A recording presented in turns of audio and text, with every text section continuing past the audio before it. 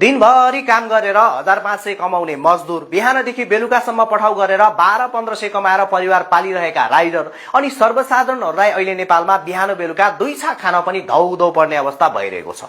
खाने तेलदेखि जारको पानीसम्म, तरकारीदेखि चामलसम्म हरेक कुरामा यति महँगी बढिरहेको छ कि कुरै नगरौं। पछिल्लो 1 महिनाभित्र यही पाराले महँगी बढ्दै जाने भने नेपाल चाँडै नै विश्वको सबैभन्दा महँगो देशको 1 नम्बर सूचीमा पर्ने पक्का छ भने देशमा भोकमरी सुरु हुने पनि पक्का छ। अरु त अरु एक दर्जन केराको 350 रुपैयाँ पुगिसकेको छ। तर दुःख लाग्ने कुरा के छ भने जुन केरा तपाईं हामीले 350 रुपैयाँ तिरेर किनिरहेका छौं त्यही केरा किसानले बारीबाट जम्मा 85 रुपैयाँ दर्जनले बेचिरहनु परेको छ।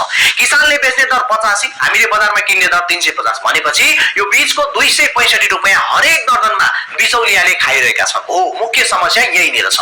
अहिले मध्यपूर्वको युद्धले गर्दा इन्धनमा महँगी बढेको भन्ने बहाना पार्दै हरेक सामानको मूल्यमा सक्दो वृद्धि गराइएको छ।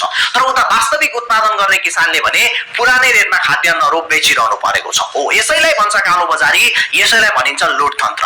अनि यस्तै काला बजारी र महँगीलाई नियन्त्रण गर्न देशमा सरकार चाहियो।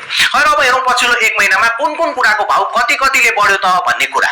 तरकारी आइटमको यो पछिल्लो 1 महिनामा मात्रै 116% ले वृद्धि भएको देखिन्छ। कागती प्रति किलो 250 बाट बढेर 355 रुपैयाँ पुगेको छ।